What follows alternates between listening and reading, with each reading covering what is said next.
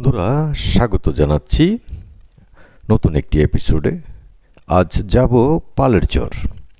এই পালের চর গিয়ে আজ ঘুরে ঘুরে দেখাবো আপনাদেরকে কৃষকের জীবনযাত্রা, কিভাবে জমি নিতে হয়, কার সাথে যোগাযোগ করলে আপনারা জমি নিতে পারবেন। আমরা ভ্যান গাড়ি করে চলছি রূপবাবুর হাট থেকে পালের চর যাব বলে। তাই ভ্যান গাড়িটি চলছে, চারিদিকে দৃশ্যগুলো খুব সুন্দর দেখতে দেখছি। চরে কিন্তু এখন কাজ চলছে, এই যে কাজ সেরে ট্রলারে করে অনেকেই আসছে এখানে, বাড়ি চলে যাবে, আবার বাড়ি থেকে চরে যাচ্ছে। ওখানে কিন্তু মহিলাদের অনেক কাজ, কারণ মহিলা শ্রমিকদের মজুরি খুব কম, তাই অনেকে মহিলা শ্রমিক নিয়ে ওখানে কাজ করে। তাই আর চরে যাচ্ছি, তার সাথে একটু কথা বলবো, আপনারা শুনতে থাকুন, আমাদের সাথে থাকুন। ভাই আসসালামু আলাইকুম। ওয়ালাইকুম সালাম। ভালো আছেন? আছি ভাই, ভালো আছি। ভাইয়ের নামটা যদি বলেন। আমার নাম মাসুদ মাতবর। মাসুদ মাতবর। মাতবর। এই যে এখন আসি আমরা কোথায়? পালের চর। হ্যাঁ, পালের চর। চল হজম মৌজা। চর লহজং মৌজা। মৌজা। এই যে চর লহজং মৌজাতে আমরা যে আছি, এই চর লহজং মৌজার ভিতরে চাষাবাদ তো অবশ্যই হয়। যে কি হয়, কি কি চাষাবাদ হয় এখানে? এখানে ধরেন পেঁয়াজ, রসুন, হ্যাঁ, কাঁচামরিচ, হ্যাঁ, ধনিয়া, সরষা, এগুলা চাষাবাদ হয়। আবার যদি পানি বুনি একটু বেশি বেশি হয়, মাটি একটু ভালো হলে আরো কিছু চাষাবাদ করা যায়। আবার এখানে ধান চাষবাস করা যায়। পাশে আবার এমনি খাল বিল আছে। ধান হয়? হ্যাঁ। কি ধান হয় এখানে? এই হাটে ধান, বড় ধান। হাটে ধান হয় এই দিনে, হাটে ধান বুনবো এই দিনে, বর্ষার আগে হাটে ধান আসবে। আর এই যে এখন যে আপনার পাশে বোনা, এগুলো কি? এগুলো হচ্ছে কাঁচামরিচ। কাঁচামরিচ থেকে শুকনো মরিচ হবে? হ্যাঁ হয়। এটা পাকাইয়া এবার তুললা শুকাইলে ওটা ওরা দাম বাড়লে আবার বিক্রি করে। এই কাঁচা মরিচটা তো ন্যাচারাল, শুকনো মরিচটা তো ন্যাচারাল, অনেক ভালো। ভালো না অনেক? কারণ এটা সার কম দেওয়া হয়, তারপরে চরের ভিতরে হয়, জিনিসটা তো অত্যন্ত ভালো। এই যে আপনি আছেন কত বছর এই চরে? এখন তো আমরা এখানে বিগত প্রায় 20 বছর 20-25 বছর পরে 25 বছর হয়ে গেছে। হ্যাঁ। আচ্ছা, হয়ে গেছে, আরো বেশি হবে। তাই এবার আমরা এখন তো আমরা হয়ে যাচ্ছি। এই চরটা পুরা জাগনা বাপদাদারা আর কি জাগতে দেখছে, ভাঙতে দেখছে বেশি। বাপদা আমরা এটা জাগনা জায়গায় থাকি, আবার ভাঙ্গা আবার জাগছে। আপনি ভাঙতে দেখছেন তো একবার? হ্যাঁ, দেখছি। কয়বার দেখছেন?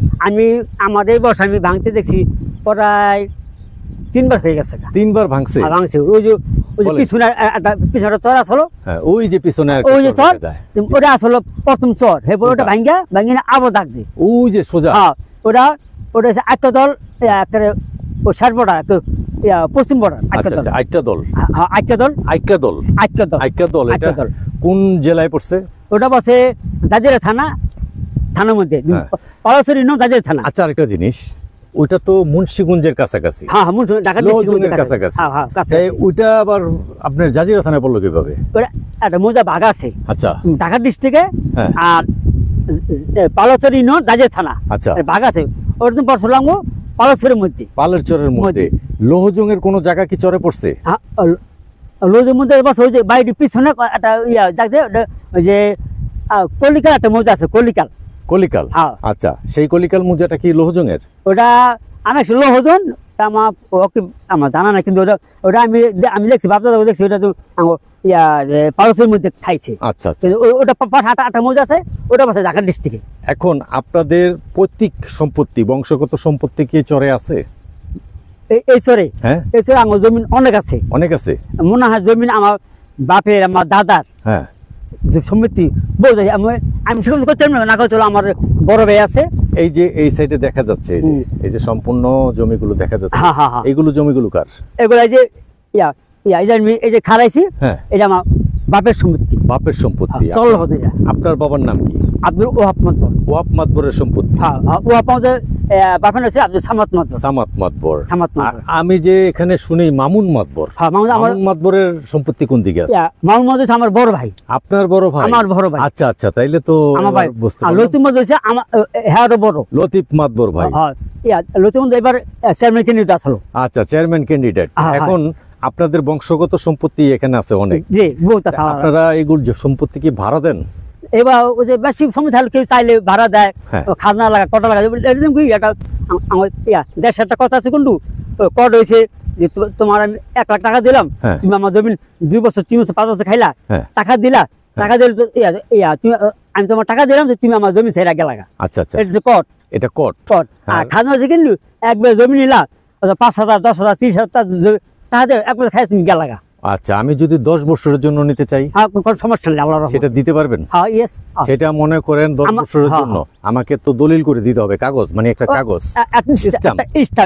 যে আমি 10 বছরের জন্য আপনার এই জমি ভাড়া নিলাম, এখন আমি ভাড়া নিয়ে এখানে একটা পুকুর কাটতে পারি, সেটা কি আপনার বাধা থাকবে কোনো? যদি আমার জমি নাই, হ্যাঁ, ততক্ষণ বাধা দিতে পারবে না, বাধা দিতে পারবে না। আগে যে অংশীদার থাকে আমরা বুঝে শুনিয়া আমরা আনু মানে বলে নিতে হবে, বলে নিতে হবে। তার মানে এখানে ভাড়া চলে, চলবে। এখন বাইরের মানুষ আইসা কেউ খামার করছে এরকম না?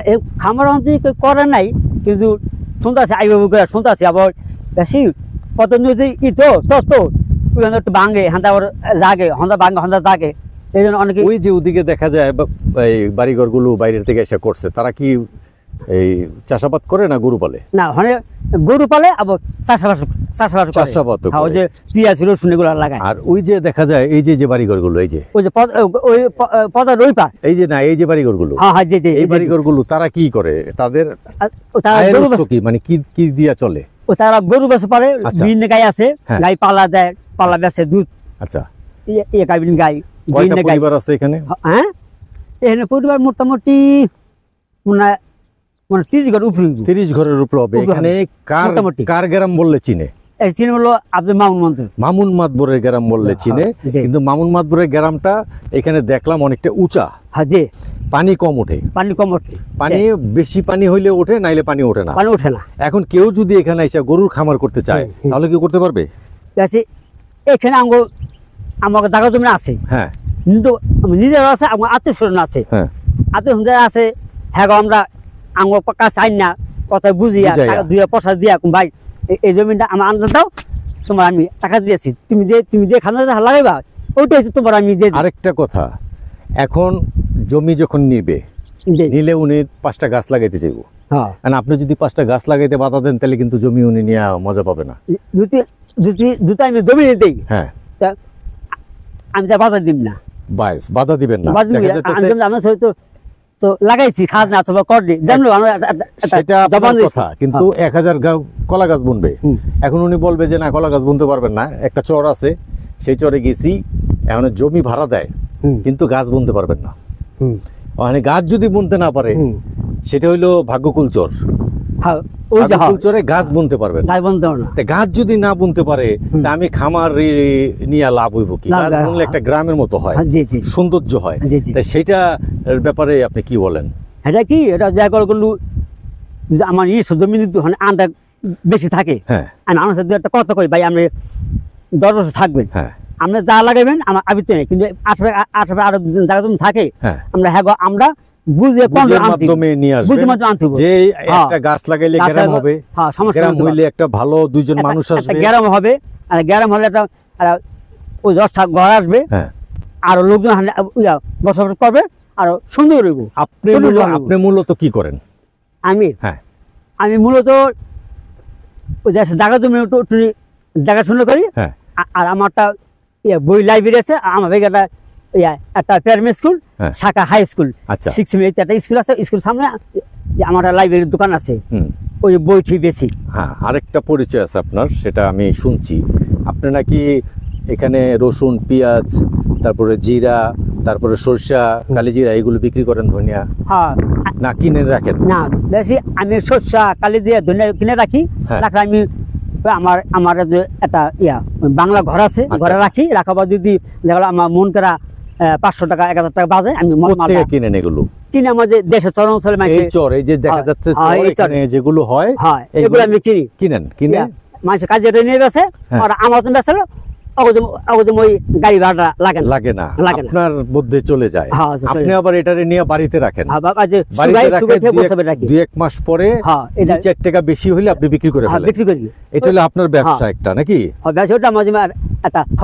খরচের পয়সা উঠে যায় তাই এই যে ব্যবসাটা করেন কত বছর যাবত এটা মোটামুটি বেশি দিন হয় নাই আচ্ছা এখন কি লাভবান হয়েছেন দু একবার না ছোট ছোট পিছন যা কিনছি মোটামুটি লস খাই না আচ্ছা লস কিন্তু এগুলো বেশি শস্য একটু লাভ কম আর কালি দিরা আর এই যে ধনিয়া এগুলো কি এগুলো 1000-2000 অনেক সময় মনে বেঁচে যায় লাভ হয়ে যায় রাখলে আবার যদি পরিস্থিতি ভালো হয় যদি খারাপ হয় তো লাভ লস লস তখন জিনিস বেশি না তো লস বেচলে আমার তো ক্ষতি হয়ে যায় আচ্ছা এখানে জায়গা জমি নিলে কার সাথে যোগাযোগ করবো আমরা এখানে মোটামুটি আমাকে কিছু আমাদের গোষ্ঠী বড় লোকজন আছে জানেন এখানে মোটামুটি আমার দাদার আন্ডারে আমার বাপের আন্ডারে এসব জায়গা জমি সব দেখাশোনা হয় এখন কার সাথে কথা বলবো আর কি এখন কথা বলবেন আমার বড় ব্যবসা মামুন মাদবরের সাথে কথা বলবো কথা বললে মাদবরের কি মুখস্থ আছে যে এখানে কার কতটুকু জমি আছে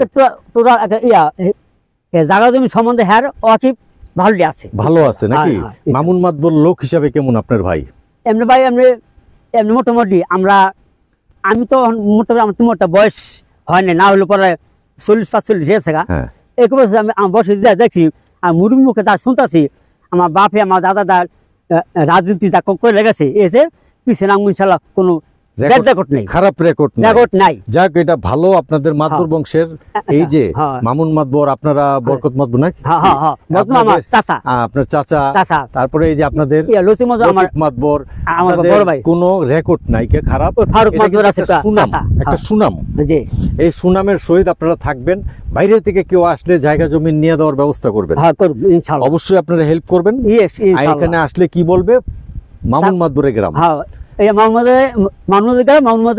বড় ভাইসের লতিফ মাদবর আচ্ছা এখানে আসলেই তো পাওয়া যাবে ইনশাআল্লাহ আপনি যথেষ্ট হেল্প করবেন এটা জানি আর এই যে কলগারা দেখা যাচ্ছে এটা কিসের জন্য একটা ডিপ কল পানি দেওয়ার জন্য এটা যে মরিচ খেতে এই বাসা আছে করলা ক্ষেত দেখলাম তারপরে এটা মরিচ ক্ষেত এটা তো ভালো হয়েছে মরিচ অনেক সুন্দর হয়েছে এই যে মরিচ দেখেন একবারে পেকে লাল হয়ে রয়েছে না লাল হয়েছে মরিচ এটা কি উঠাবে না দুই একদিনে এরা দুদিন যাবো মরিচটা ছিড়বে আবার যদি মরিচের দাম ভালো হয় তাহলে ব্যস্ত দাম যদি ভালো না হয় রেখে দিব শুকিয়ে রেখে দিব আচ্ছা ঠিক আছে এখন যারা আসতে চায় তাদের কিছু বলার আছে আপনার আসলে সমস্যা নেই আসলে আমার বড় ব্যবসা লুতু মাদবর আমার লুতু মাদবর পরে আমার 2 নম্বর ভাই যে নাম আছে মামুন মাদবর সেই নেতৃত্ব করে আর লুতু মাদবর করে সেই যে বড় আর দোনো ভাই আছে দোনো ভাই ভালো মানুষ আমি শুনছি চরে আইসা কিন্তু ব্যক্তিগত হিসেবে ইনশাআল্লাহ লুতু মাদবর মামুন মাদবর এরা তো আগে কথা তাকে বাপদাদা কাছে রাজনীতি সেই জিনিসটা ধরে রাখছে আর কি তাকে পিছনে কোনো ব্যাড রেকর্ড নাই আচ্ছা ইনশাআল্লাহ আপনি মাদবর বংশের লোক আমরা চাচ্ছি আপনি এই যারা আসবে তাদেরকে সহযোগিতা করবেন আর চরে এবার কি ফসলটা বেশি হয়েছে এবার হচ্ছে রসুন পেঁয়াজ আর মোটামুটি শস্য মোটামুটি ভালো হয়েছে মাটি ভালোটা কোন দিকে মাটি ভালো বেশি আছে একটা ধর ওই সাইডে যাও মাটি ভালো পড়ছে ওই হান্ড বিয়ে হয়েছে গোলালু হয়েছে কি মাটি দেখা যায় এটা কি এটা দোআঁশ একটা বালিয়া দোআঁশের মতন আচ্ছা বালি দোআঁশের মতন আর ওইবার ওই সাইডে যায় এবার আলু আমার জায়গা জমি আত্মীয় জায়গা জমি বহুত মানুষ নিচ্ছে এবার আচ্ছা ঠিক আছে আজকের জন্য এখানে রাখছি ভালো থাকেন সুস্থ থাকেন আসসালামু আলাইকুম ওয়ালাইকুম সালাম